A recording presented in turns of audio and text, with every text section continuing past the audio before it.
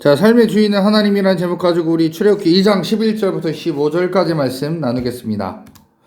모세가 장성한 후에 한 번은 자기 형제들에게 나아가서 그들이 고되게 노동하는 것을 보더니 어떤 애굽 사람이 한 히브리 사람 곧 자기 형제를 치는 것을 본지라.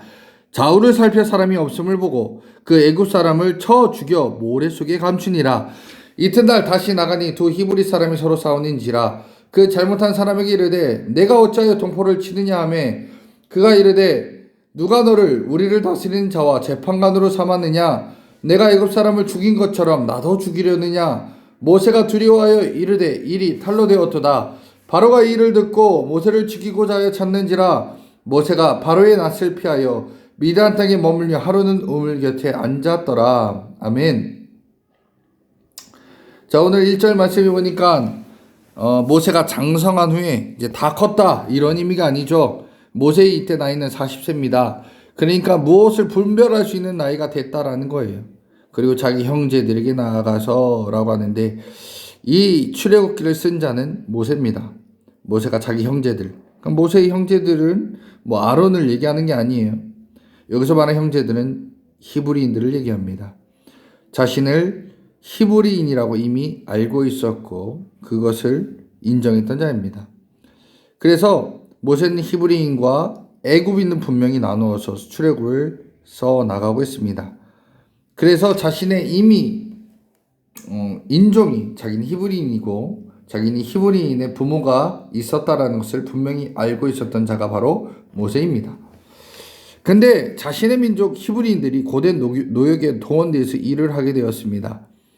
어쩌면 나라의 2인자임에도 불구하고 그가 할 수 있는 게 아무것도 없었고 그냥 그 히브리인들을 지켜만 봤어야 됩니다. 11절에 보니까 애굽인들이 히브리인을 쳤습니다.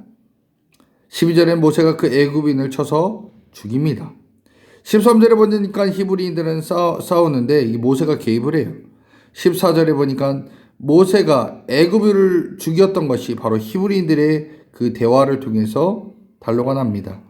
자, 이 소문이 바로에게 퍼져서 이제 모세는 미디안 광야로 피신을 하게 됩니다. 이 이야기는 우리가 너무 짧은 스토리임에도 불구하고 하나님께서 여기서 우리에게 분명하게 전달하려는 메시지는 분명하다는 겁니다. 모세는 자기 힘으로 이스라엘 백성을 구원하려고 생각을 가졌습니다.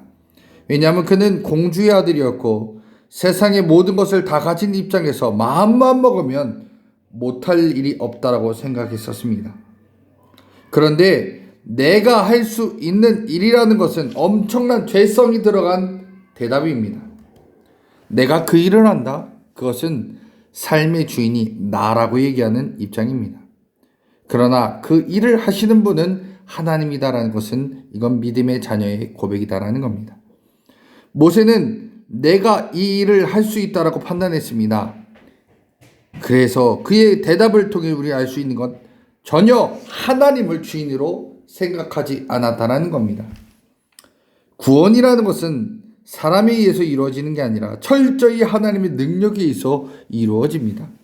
그런데 그것을 내가 하려고 한다? 그것은 우리가 교만에 빠졌다라고 하나님께서는 인정해 버리십니다. 이 모세의 생각, 40년 동안 이 애굽에서 살아오면서 왕자로서의 삶을 살아가는 그 모세, 이 생각을 바꾸기까지 40년, 즉 80세가 돼서 그는 이제 하나님의 자녀가 되어갑니다. 40년이 걸립니다. 살인자가 아닌 하나님의 자녀로 살아가는데 그런 오랜 시간에 걸리게 됩니다. 여러분, 어떠한 일을 함에 있어서 우리는 내가 한다 그렇게 생각하면 그건 교만입니다. 하나님께서 나로 하여금 그 일을 하게 하신다. 어쩌면 이게 비슷한 말 같지만 하나님이 주인으로 표현하는 것과 내가 삶의 주인이라고 표현하는 것은 완전히 다릅니다. 교만이라는 것은 순간적인 판단과 결정입니다. 그런데 그것이 습관이 되어버린다는 것이 문제이기도 합니다.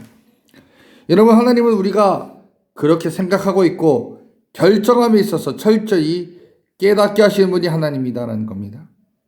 모세를 왕자의 자리에서 쫓아내고 광야의 도망자로 만드신 게 하나님입니다. 왜요? 그가 철저히 자신이 할 수 있다라고 생각했기 때문에 그렇습니다. 여러분, 우리가 인생 걸어갈 때 내가 주인으로 생각하고 걸어간다면 하나님께서 그것을 완전히 깨부십니다. 그것이 40년이 걸릴지라도, 내가 가난할지라도 그렇게 만드시는 분이 하나님이다라는 겁니다. 내 물질과 건강과 능력, 내 시간 모두 다 하나님의 것임을 철저히 알게 하시는 분이 하나님입니다. 그래서 우리 삶의 주인이 하나님이라는 것을 고백하지 못하면 주님께서 알게 하시고, 이제 우리는 삶의 주인이 나에게서 하나님으로 바꾸시는 그 훈련을 우리는 해야 된다는 겁니다. 그렇게 할 때만이 하나님이 나의 하나님, 나의 아버지, 그리고 나는 그분의 자녀로 살 수 있다는 겁니다. 근데 여전히 여러분의 삶의 주인이 나라면 하나님께서는 여러분 철저히 훈련시키시고 여러분들을 그 어려움 속에서 살게 할 겁니다. 여러분, 이 말씀을 들으면서 나의 삶의 주인이 하나님이시냐 아니면 나냐 분명히 이해하시고, 그것이 아직까지 삶의 주인이 나라면, 내 중심대로가 아직까지 바뀌지 않았다면 하나님은 여러분들을 철저히 훈련시키셔서 하나님이 주인임을 분명히 알게 하실 하나님이실 줄 믿으시기 바랍니다. 40년이 걸려도 50년이 걸려도 100년이 걸릴지라도 그렇게 하실 하나님이십니다. 그러니 이제 이 말씀을 깨닫고 주님께로 돌아와서 하나님이 나의 삶의 주인이니 하나님 뜻대로 살겠습니다 고백할 수 있는 우리 귀한 성도님들 되시기를 간절히 축원합니다.